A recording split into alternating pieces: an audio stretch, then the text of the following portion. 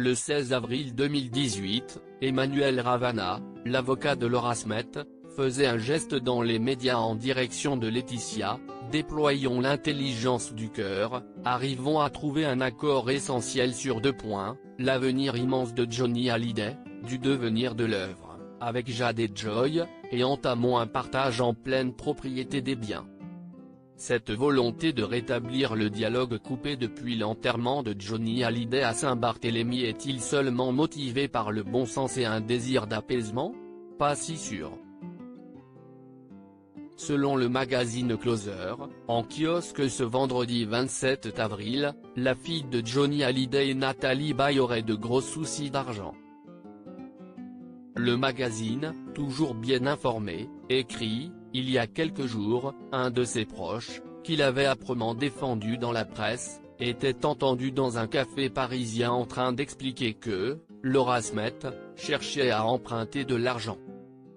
Nos confrères évoquent la somme de 500 000 € qu'elle compterait rembourser avec ce qu'elle estime lui revenir, peut-être, de l'héritage paternel.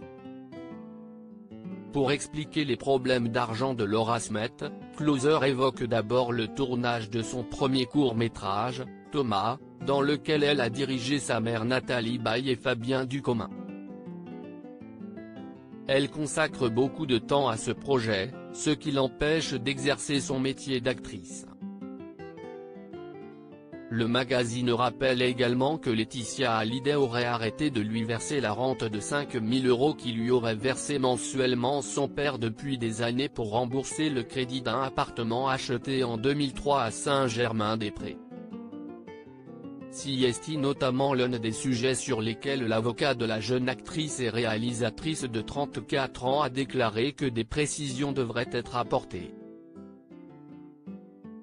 Ravana a par ailleurs annoncé que Laura Smet prendrait prochainement la parole à son tour après la retentissante interview, pourtant bienveillante à bien des égards, de Laetitia Hallyday dans Le Point. Pour le moment, on ignore si la communication a été rétablie entre les deux clans. Laetitia est avec ses filles dans la villa Jade de Saint-Barthélemy, tandis que Laura a rejoint son frère, David Hallyday, au Portugal. Jeudi soir, de retour à Paris, elle assistait au dîner du cinéma donné à l'Élysée.